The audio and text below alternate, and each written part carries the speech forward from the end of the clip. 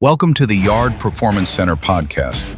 This is where players, coaches, and teams come together to talk about the real journey, the grind, the setbacks, the discipline it takes to be great.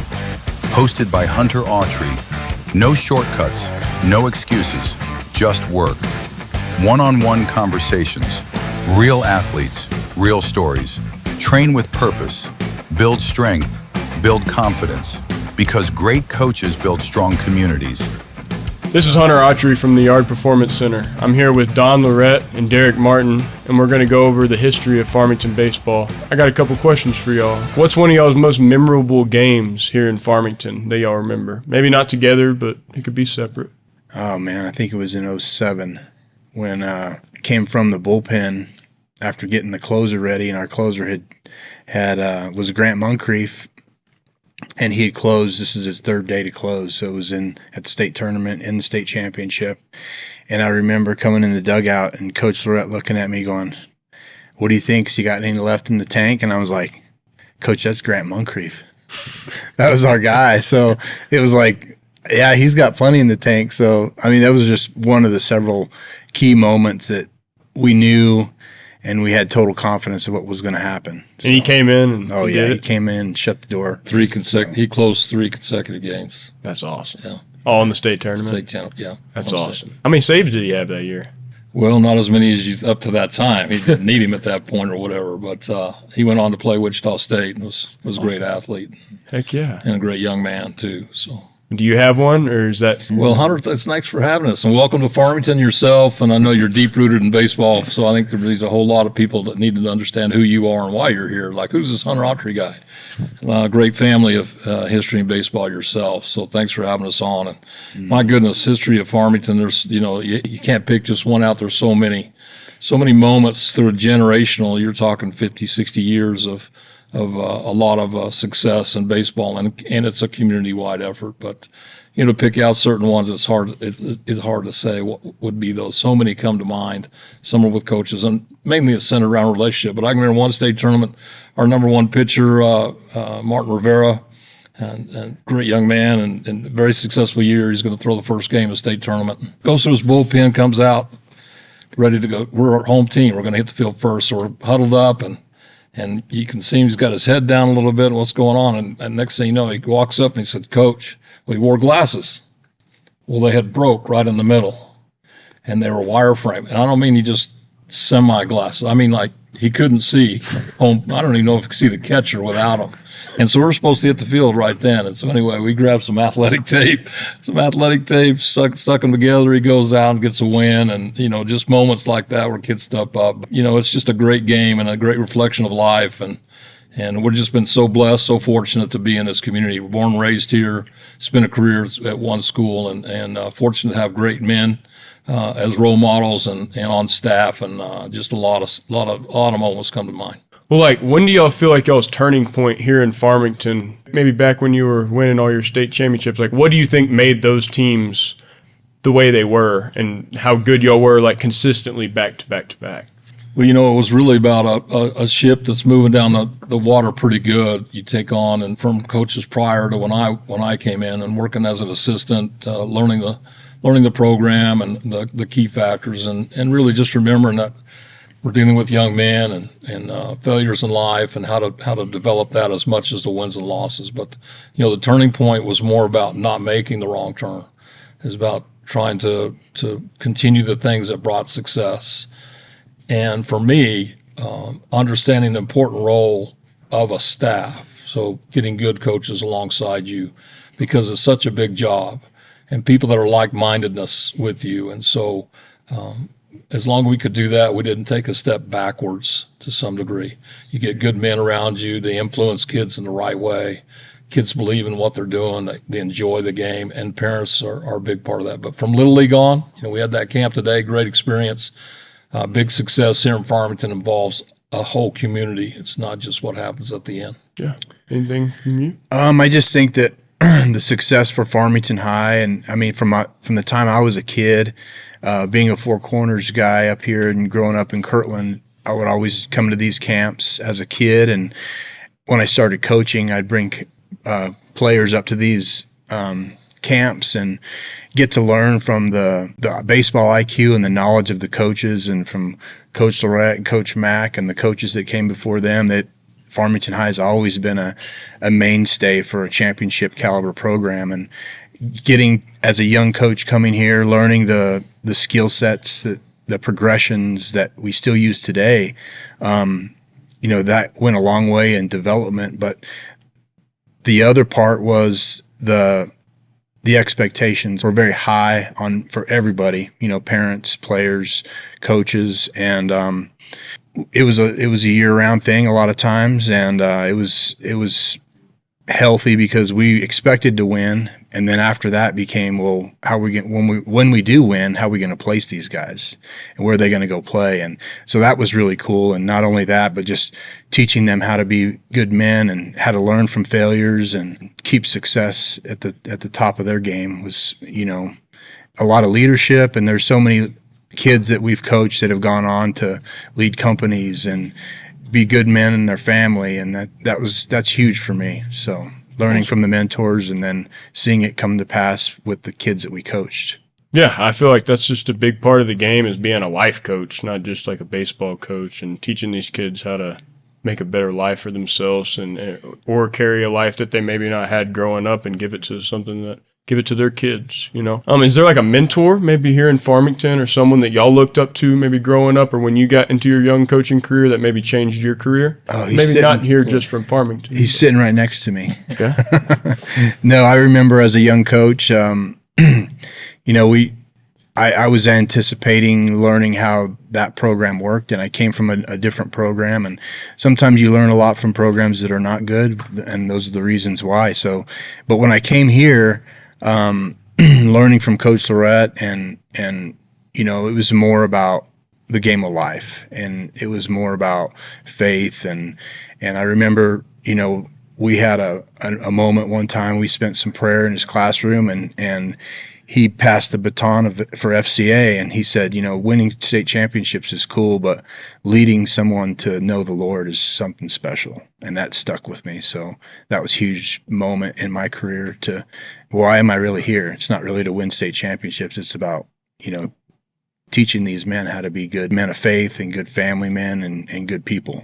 Yeah. Ultimately, the game teaches you so many lessons in life that translate into later in life. So many people have an influence in your life as you walk a journey through that, and sometimes it's not the ones that are necessarily within the white lines of baseball, but keeping Christ first and grounded in that, and understanding the influence you have maybe with that as number one, but as far as your mentor and what you want to do. But Coach Brown back in the 60s, he was still in education, always came by even when I was a young assistant and trying to find out what's going on. Guys that were before us, you always look to them, what they had that was foundational that you want to continue to maintain with that. And a lot of those players became community players or community people and came along and supported the program. And, Pat Malcheski after that, who ended up going to Texas and having a great career, great men, but Coach Tom McLemore, who hired me, certainly just like for Derek and I,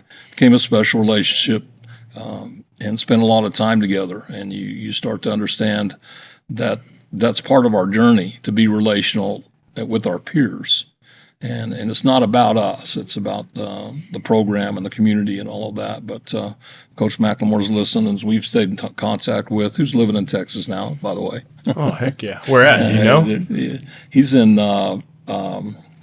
they were in north of Dallas. Okay. Who's the coach of the Dallas Cowboys? Or the owner? Oh, Jerry Jones? Yeah, where does he live? Yeah, Prosper. right up. Yeah, Prosper. okay. Yep. Okay. So they moved up to Prosper area. They were in McKinney. Yep.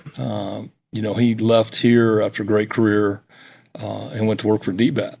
When Dallas Baseball Academy was just starting the idea of these types of indoor facilities and training, and gave some lessons in coaching. He coached collegiate summer leagues and stayed in the game and scouted a lot. But Coach Tom and I, just a great experience. And Coach Flynn, who wasn't the head coach, but was part of our staff, we spent a lot of time together, just great men and very relational. And it helps when you have that kind of connection. Yeah. I remember one quote for Coach Mack. He told us one time, he says, "The fear is in repeating." whether you go back to back or whether you lose a year, there's always fear in repeating, good or bad. Never heard of that. That's a good so way to you think of it. you know, if it was a bad memory, you don't want that to happen. If it was a good memory, you do want it to happen. So the fear is in repeating. My thing is, being a Connie Mack player, I came here in 2021, and just now moving here, kind of figuring out Farmington. You know, Connie Mack is one of the biggest baseball tournaments or anything, especially for the high school level around here. I mean, the atmosphere, the fans, just the games in general, the competition. It's a really cool event. What do you think the Connie Mack brings to the city of Farmington? And I know there's talks about moving it and different things. What makes Farmington make the Connie Mack so great? Well, I mean, I got to play in it. I got to coach in it. And I just think here it is embedded in the community because the kids go to the camps there, they play games there, and the high schools get to play there. It's the pinnacle of amateur baseball at its finest because you have the young kids that are getting that are dreaming about that day, and then you have the grind of getting to that day, and then you get to see yourself in that kind of a high profile type tournament, and there's a lot of good talent, and to see a kid from this community of 45,000 or 50,000 on the weekends, to have them have the opportunity to compete with people from big towns and, you know, from Puerto Rico to Dallas Mustangs and all those in between, you get to compete on a national level, and it's pretty cool. Heck yeah, that's what I thought was cool. I mean, there was teams from California to Florida to Puerto Rico when I was here, and it wasn't just we did things outside of baseball with those teams. You know, it wasn't just you come here and hang out with your own team. The community involved you in so many other things like the parade and the host families. I mean, the host families is a really cool thing that they get to involve the community families with the players that are coming for that week, which I think is really cool. Well, long history. You know, we just celebrated the 60th anniversary of hosting that tournament, and so you go way back to, you know, our dads, the Carpenter family, a lot of dads in the community, business people.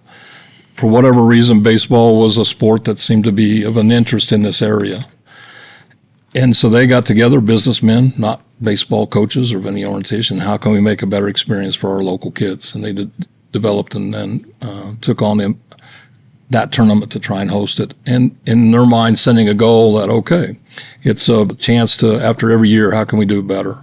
How can we do it better? And they've had buy-in from the community for that. So you do it with the goal that it's beneficial for our kids.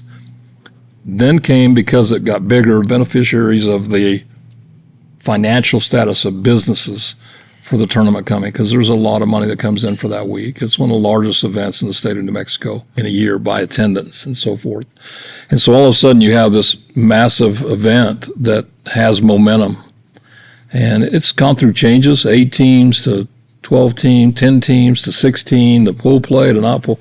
You know, they're always trying to look, how can we improve that? How can we give young athletes who love the game of baseball some type of a very unique experience, and it is for the best of the best in amateur baseball, and even the former pro players that have gone through and played high school level, college, professionally, and gone on after that, and look back on reflection, will isolate their experience at Farmington as being one of the top 3 things that ever happened to them in their career. And we're fortunate to have some players that have come through that have won a Connie Mack World Series, won a College World Series, you know, and have those types of things in their life. So the success for that tournament comes because it's community-wide. Those families are huge in the businesses and the things that generate that energy. But it's a great event. And now with all the technology, if you can't actually be here, you can watch it a little bit. But the energy there's nothing like for the energy of the field. So great facilities, great competitive teams, produce a good product. Heck yeah. I mean, I will say I've got to play in some pretty blessed places, playing in college, playing Texas A&M, LSU, Texas. I think there's only those 3 schools that I've seen that I've really played at that's been a better environment than the Connie Mack World Series, and that's pretty hard to say. I mean, it's really cool. I mean, the reservation gets a lot involved in it. There's kids everywhere. I mean, the food, Everything down to those games. I mean, it's just a really cool event, and I'm glad that I'll get to experience that this year and actually live here. So, what's something y'all like to do outside of baseball here in Farmington that brings you, keep you level-headed and keep you going in life, Oh, I mean, I I do a lot of hunting and fishing, and so one of the caveats that I like to do is take care of some of the coaches and the scouts that come up here to see those tournaments, see those games in that tournament. I like to get them on the river with guides and keep their experiences, afresh and a different environment. And it's a good community thing that we have that opportunity, and it's a great resource. So it's one of the top 5 places in the world to fish. And so when they come here to watch baseball, world-class baseball, I might as well get them on the river for a world-class fly fishing experience. So what coaches don't like that type of stuff? Hunting and fishing, like that's just the baseball coach's alley, right? It has a lot of parallels to the dugout for sure. Heck yeah. What about you, Don? Yeah, Coach Tadlock and Skip spent a lot of time out on that river here besides doing baseball stuff for sure. And so, that's interesting. So Coach Carpenter, who was here today in the facility running a coach's clinic, we were able to turn to radio outside of coaching. It's tough to walk away from the game. So we started covering for a local Christian station, KNMI, back in the day, and game of the week, and trying to report the game for parents or people that were working, maybe not be able to see that. And so moving to radio and broadcasting of that has been a great way to fill that void. And, of course, just recently getting back into a little bit of coaching, not full-time, but for Connie Mack for that reason, since they've gone to the qualifiers, trying to help some kids. And my son with his generosity and trying to do things a little different, and because it used to take a lot to do that. Now, if you're good enough and you can win a qualifier, it's not about how much money you spend to get to that point. So back trying to get qualifier, other than that, being retired and enjoying life, and that's about it. Change the swing from a baseball swing to a golf swing, right? Well, I don't know if you'd call it that. And so, yes, that's a great way to get out and just enjoy life a little bit. How different was like the training back then, kind of when y'all started, versus the training now? Well, you think about the advances of technology. So you think about technology that's been out over the last 50 years and how that's advanced. And I think that gives a big reason why we've had success is that we never felt like we had arrived. That there was, okay, how can we get better? So you go out, you go to national clinics, you talk to people. You're always looking how to prove that. Same thing in the business. If I have a piece of technology, it's doing a service. But if someone's going to build something better, I better get on that and do that. You got to keep making those small gains and progress. And so, we used to laugh about it after a couple of years when the how in the world did we have any success the way we were coaching at this point, and then and moving forward. And so, and it's inexpensive. So whether you can hire, whether you can buy the technology, whether you can afford to go to clinics and train as a staff, those are things that throughout the years have certainly helped progress the game. And you walk in today, we built this facility in 2005, and even that, through every aspect, people that have come in have made gains and changes. And if you don't, you're moving backwards. If you're not improving or finding a way to do it better, you're really going backwards at that point. So big changes. You're seeing a lot in the game, and a lot more analytics and the old school. And a good friend of mine that was a scout for the Braves, and older gentleman, and it was really simple for him. Then he just watched, looked at a player, and could tell to some degree. Now it's all about the spin rate and the launch angles and the distance, and it's not as much as the visual eye as what technology might tell you. And so for a lot of people, it would be a rude awakening for them to see so much of those changes. But you just try to grasp what's beneficial to the athlete and how can they use that to their benefit. Yeah, because every athlete kind of is different. Every athlete's stronger. Yeah. Some are taller, some are bigger, and so that's the cool part, I think, about technology is it kind of shows the differences between different athletes and the way, especially all the high different definition cameras and stuff now, you can really see every little critique of every little thing. And so I think there's too much technology at certain points for sure. You get overloaded with stuff, you're overthinking, and then it's just too much. But I think there is some positive outcome out of the new technology. You kind of just got to take in piece what you want from it. Is there anything that stood out to you? Well, I mean, the technology is great and all that, and I think it's good for those people that have an eye for it and have a knack for it. But baseball is still baseball, and we're still talking about how to make better catchers and throwers and hitters and runners. And I mean, that stuff still comes down to grit and hard work and timing and all those things that we've been trying to figure out for decades and generations and, you know, hundreds and years. So a lot of it's, you know, simple, but then you have the technology that could also make it simpler to some and harder for others. Yeah, depending on, you know, how smart or how you understand things. You know, some kids may not understand technology, or you got your kids that are real nerdy they need that stuff to have their swing or play their game. And so it's crazy how it's all playing out now. But I just thought I'd kind of ask y'all about what y'all thought on it. I know my pop's being an old school guy. I mean, he's starting to learn it, and he's acclimating to it. And I think that's kind of how it is. I mean, my college coach, he was an old school military guy, and I barely know any of my analytics from college just because we didn't need it. I mean, it was just that wasn't what you needed to play. You know, is what you used to get better, but it's not what you needed to play. Yeah, there's just a lot of tools and feathers in the cap now than there was back, you know, 30 years ago. But it has a place, and if you learn how to use it, it could be an advantage. Heck yeah. I think the big thing that helped too is understanding that there's a skill set in each sport. But being an athlete is pretty generalized across the board. And so when kids can understand that they need to separate developing as an athlete, period, and then developing the skill set, that's where some of the technology comes into, that there's that cross-training to some degree. It doesn't matter whether you're football, soccer, whatever, but developing as an athlete, maximizing your genetic line and your core strength, but then adding in that personal work ethic. Yeah. So that whatever you're going to use that tool for, it's like a shovel. One kid could build a 3-inch hole, and the other kid's going to build a 3-foot hole.